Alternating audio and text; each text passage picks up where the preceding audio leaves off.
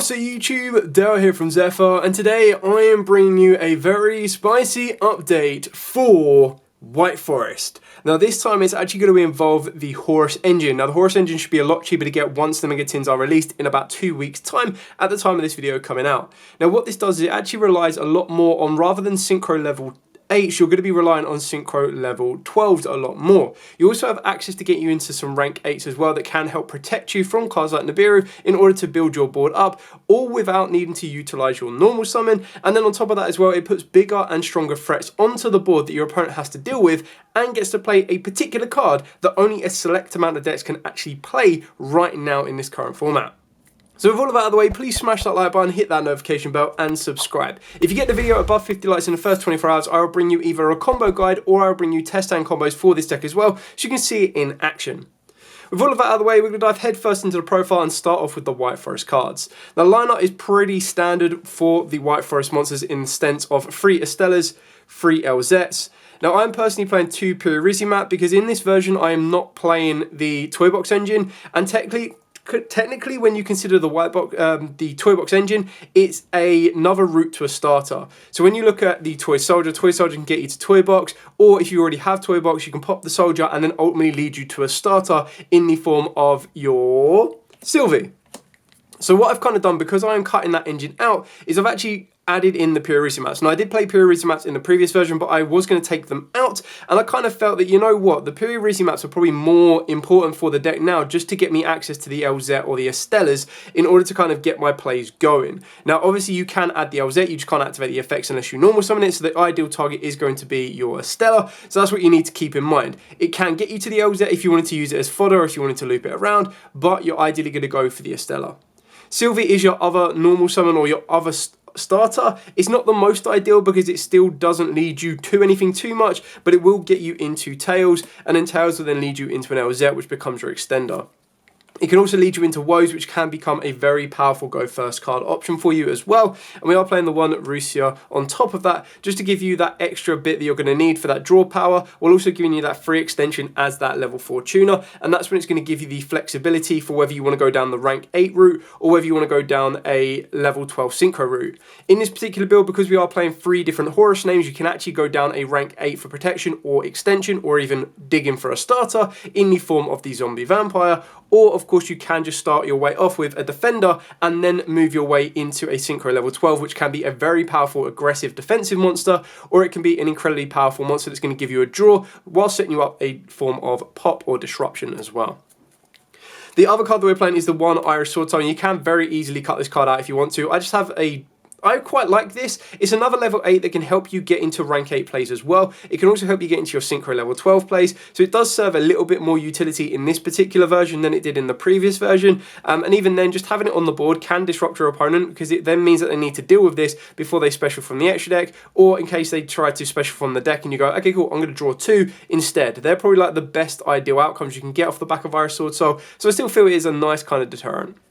Moving on to the Horus engine, the only clash of our entire deck is Imseti with, and I'm just going to jump ahead a little bit to preview, the Dominus Purge.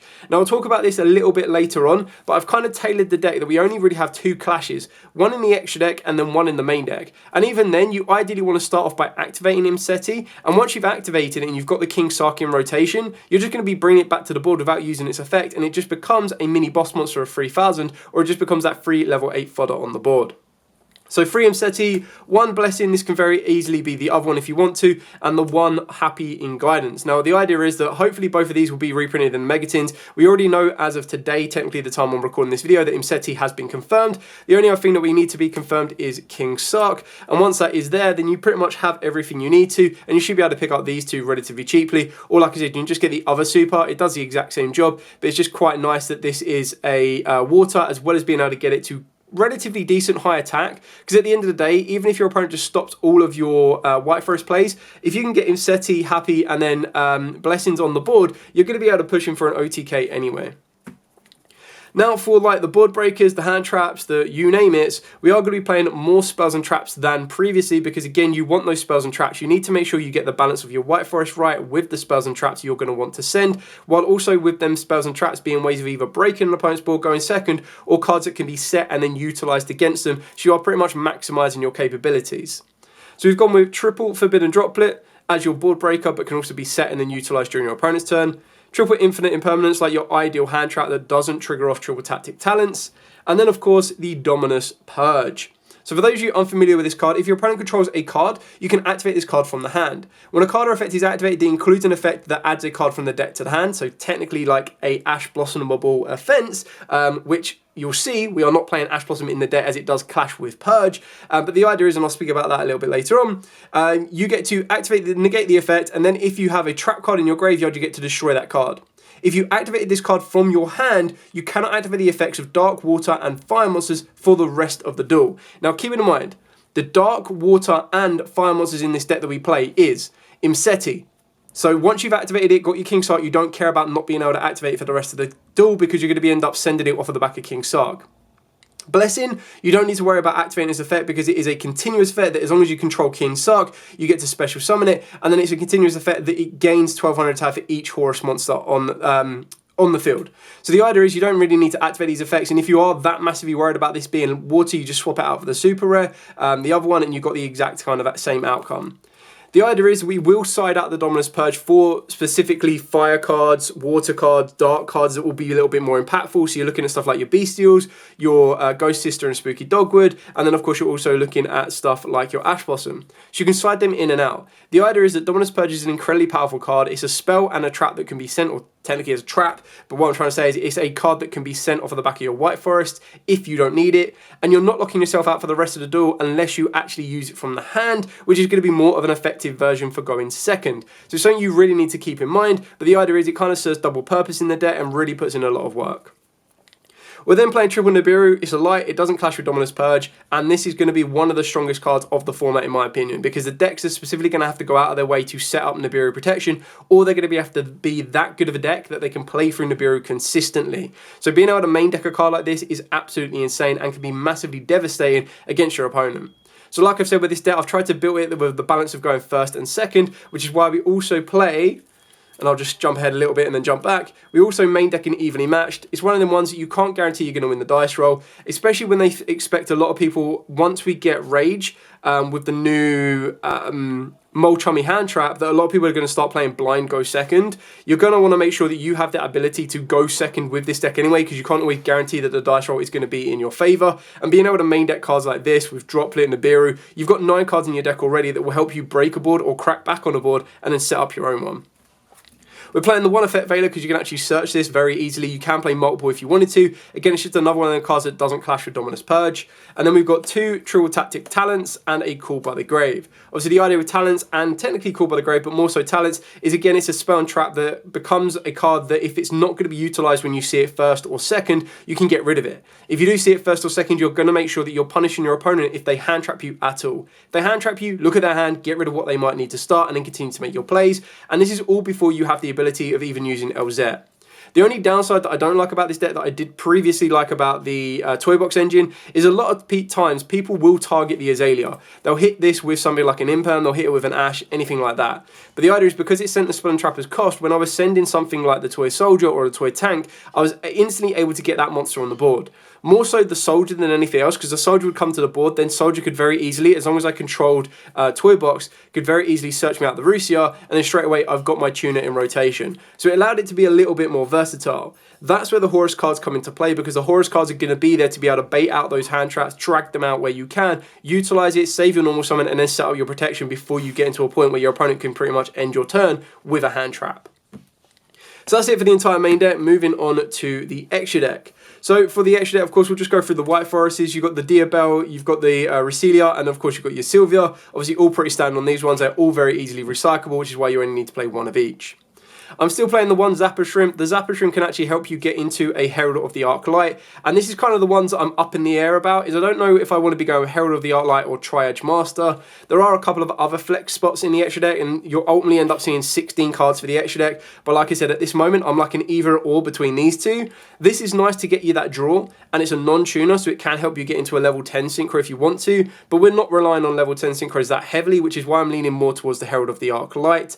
And when you see some of the other cards we're playing, we can actually set this up in multiple ways, because we do play, and I might as well just jump ahead a little bit, the Despian Lulu Walith, which if it is in the graveyard and it was sent there this turn during the end phase, you get to special summon a level 1 spellcaster, 1 light spellcaster from your hand or deck whose attack equals its own defense. So ideally what you're going to want to be able to go for is you can go for either your LZ as it's 0/0, or of course you can go for your Estella. Now obviously they're not going to be great being left on the board during the end phase because they're not effects to trigger when they summon themselves that way, but the idea is you're instantly getting a level 2 on the board, so that if you do have a Diabell the Queen, you can then use Diabell to summon out your Zapper Shrimp, and then you can synchro Zapper Shrimp with the level 2 to set you up into the Herald of the Arc Light, giving you a mini Macro Cosmo as well as that nice little Omni Negate, so it does cause more issues than ever. Then for the level 6, we are playing the 1 Muddy Mud Dragon. Now the reason I'm still playing this is this still leads me into Albion and Dragoon. Now this is obviously the clash with Dominus Purge, but the idea is that if I get to go first, this combo is actually relatively easy to resolve. Yes, it will need another light monster on the board, which you're not going to get with the without playing the Toy Box engine, but the idea is that you work your way into a Mud Dragon very easily. Any of your level 2s plus the Rusia or the Sylvia, they're going to be able to get you into Mud Dragon, and then all you need is that extra light monster, which you can get through the either the Horus engine, because the Horus engine can lead you into a light monster should you need to, or of course it can just be the natural White Forest element of the deck as well. It can help you do that. You use the effect of Muddy Mud Dragon, you go into Albion, use Albion's effect to banish itself and Muddy Mud Dragon, and this gives you the Dragoon. And the reason I've kind of gone down this route rather than going down my previous route of the Gen X controller is this just gives you that Omni Negate. So if you are worried that your opponent is going to drop a Nibiru on you, you're pretty much covered when you are playing the number 90 Galaxy Ice Photon Lord through the back of your Horus engine, because that's going to give you the way to negate the Nibiru early doors, which is why I didn't feel that the Gen X was that required. And I quite like the idea of getting this Dragoon. A lot of people don't expect it. It might become more expected as time goes on, and these are 3 extra slots in the extra deck. You could go, you know what, I'm just going to tag it out for a Visas Aritara, I'm going to tag it out because I really want to play the Tri-Edge Master, and then I'm also going to tag out the last one because I want to play the Gen X. So it really is up to you on your flexibility on this one, but I just quite like including it, and obviously Dark Magician fan, any deck I can utilise a Dragoon in, I'm going to go with. The last of the Synchros, we are playing the 1 Chaos Angel. Now, obviously, the way you can make this with a light and a dark is you use Estella or LZ with your Imseti. Straight away gives you Chaos Angel. And this one doesn't really clash massively with Dominus Purge because the 2 effects it gains for the light and the dark materials is not an activate effect. The banish is, but you can still make it as a mini towers that your Synchro monsters are unaffected, and that if it's made with a dark, they can't be destroyed by battle. More times than not, you can make it with 2 lights, which can be your Iris Sword Soul plus an LZ or an Estella, and that's the more ways you're going to get to it. It's just kind of one of them ones to be able to set up this boss monster relatively easily in the deck. It's worth playing than not having at all. Then the XYZs, before I show you the last Synchros, because I actually really do like the level 12 Synchros, which are what I think makes this deck a better option or a more aggressive option. So for the XYZs, you've got your Spell Negator in the form of the Hope Harbinger, you've got your Monster Negator in the form of the Galaxy Photon Lord, and you've got a way to get to a starter in the form of the Zombie Vampire. Now what I mean by this is, again, because we're not playing a lot of level 8 Synchros, if any at all, and you might want to consider Bestial Dispatter if you're going to be putting the Bestials in, but like I said, I didn't want to rely on it too much because they clash with Dominus Purge. The idea is that you'd go with the Zombie Vampire, use Zombie Vampire's effect, detach, mill 4, and you're looking to hit either an Estella, ideally, LZ, or a Sylvie. Now, obviously, if you hit the Sylvie, great success, you're going to be able to get your way into an LZ, which is ideally what you're trying to do. If you hit the Estella, as long as you have a spell or trap to get rid of, you can get rid of that, and then again, that will lead you to the Sylvie. So what it was kind of taken into account was, again, if you take away the Toy Box engine, you're taking away another alternative route to get to a starter. If there is a time when you open up only Horus monsters, but with spells and traps, and you need to get to a starter, you have a route to do it. I'm not saying it's the perfect route to go, but it is one that gives you that option, and I quite like the idea of having it and maybe not ever needing it, than needing it and never having it. Then for the last 3 monsters I've decided to go to are the level 12. So I went with Lulu Walith. Now the reason I went with this one is because this gives you the ability, a level 4 tuner, you're going to have loads of those. And then once per turn, if a card leaves the extra deck, which you can do very easily after you make Synchro plays after this, you can make all monsters you can currently control gain 500 attack permanently. Then you can negate the effects of 1 face-up card on the field. Now obviously that's going to be more so as a go second option, but going first, you're still going to be able to buff all of your monsters very easily. And then the best thing about that is during the end phase, if this card's in the graveyard because it was sent there this turn, you get to special summon a level 1 light spellcast. One level 1. I said level 1 last time. 1 light spellcaster monster from the hand or deck whose attack equals his own defense. So again, you can get an Estella from the deck if you haven't got access to your starter again. You can then obviously get an LZ. Very rarely you want to do that, but the idea is straight away get your Estella on the board during either your opponent's end phase, you're set up with a star for your next turn, or during your end phase, you've got that level 2 on the board that you might want to use to synchro off. The only time you'd really want to go with the LZ is that if you get this during your end phase, and then it goes into your opponent's turn, when you sync off with the LZ, as long as you can trigger the effect, you're going to be able to get this back to your hand, so you're regaining that resource, whereas with the Estella, all you're going to do is loop it back from the board to the grave, back to the board, so it doesn't give you as much advantage, so you do need to kind of think about when you'd want to get which one from the deck. The other one that I decided to go with is the Super Heavy Samurai Brave Misharo. Now the reason I went with this is it's just an insanely powerful defender. It gets to be synchroed into defense, and then while in face-up defense, it can attack, and then apply it to defense for damage calculation, so as a 4k boss monster. You don't really need to rely about its second effect, which is if a Super Heavy Samurai monster or monsters you control will be destroyed by battle or card effect, you get to destroy a Super Heavy Samurai card you control instead, because you're not going to control any other Super Heavy Samurai card.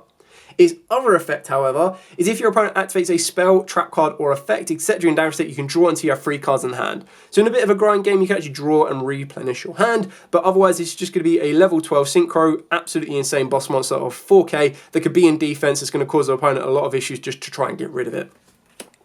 The last level 12 we are playing is the Centurion.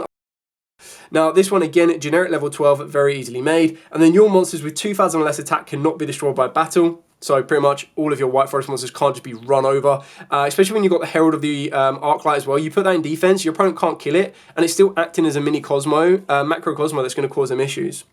If it's special summon, you get to draw a card, and then you can destroy the monster your opponent controls with the highest attack, your choice if tied. So the idea is during your turn, draw a card, good success. During go second turn, you summon it, you draw a card, and then you get to pop one of your opponent's cards. So it's very good as a go first option to give you that draw, and it's very good as a go second option to give you that pop. Yes, of course, you can play Crimson Dragon in the deck, but honestly, I didn't think that I needed to and didn't feel that I needed to. Other options, just going to clear this off to show you the other options you can look into. This is Aritara, and now the reason I go for this is because a lot of people are actually very fearful of the counter trap, and that was something that I was finding my way making combos. However, without the Toy Box engine, you're not going to be making this as consistently, so if you do go back to the Toy Box engine, I would definitely consider putting this back in.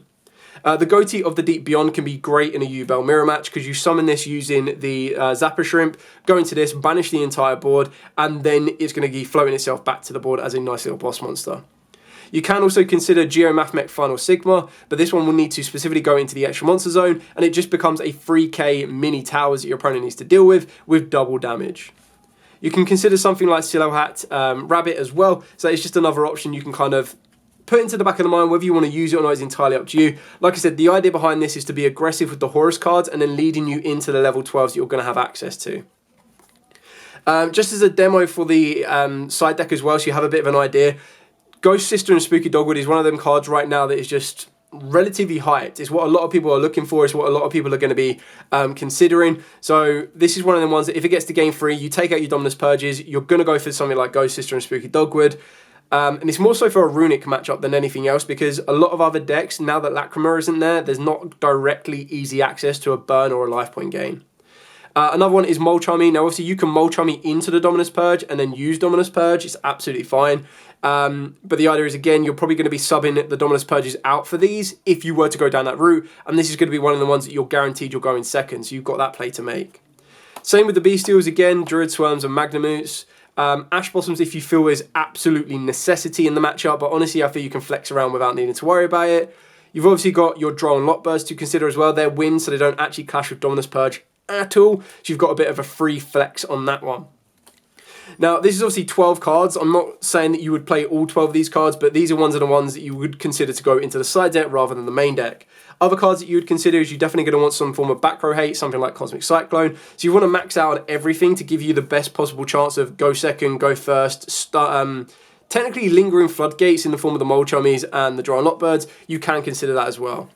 The deck can still run that one single skill drain, but I felt that the reliance to try and get to that one single skill drain probably wasn't really worth it. Not that it would be a bad issue, because again, the skill drain with your Horus cards, you're still going to have probably the strongest monsters on the board, and they can just keep coming back to the board without really needing to worry too much. But this is what I really love about the White Forest deck. Like, I've tried a couple of different versions now. I like this one for the aggressive nature, and I like the Horus cards in general, so this was a nice little option to be trying out. I still like the Toy Box engine. I think the Toy Box is very, very fun if you're not a fan of this version as well. And I think the Toy Box does incredibly well. Like, I've played a couple of local tournaments with it, and I finished second both times. Both times were kind of like semi-mistakes or a little bit of a brick, and then I've adapted it and changed it, and then kind of worked my way from there. And then this is the latest version that I'm trying out. I just like the access to the level 12s, and I like the access to the Horus monsters to just make it a little bit more aggressive than defensive with the Toy Box engine. So you've got the best of both. You can shake it up as you see fit. And then, of course, if you really want to, there is that runic version, but I've tried to steer a little bit away from that, and I'm hoping once we get the Centurion reprints, this will become a lot cheaper and easier to get, and then on top of that, you'd start to add in a very small Centurion engine as well if you did like that option. Anyway, any questions at all, put them in the comments down below. I'll be more than happy to answer them for you. And like I said at the start of the video, if you get this video to 50 likes in the first 24 hours, I will bring you either a test stand combo video or a dedicated combo video. That will probably be after Worlds, as Worlds is tomorrow and Sunday. So we're probably going to try and look at doing a live stream to see where that goes, because that will signify the end of the entire competitive season as we move into the next season and that bloody new Mulch Army. Anyway, thanks so much for watching. Like, comment, subscribe, share. Till next time, as absolutely always, stay safe, and of course, happy dueling.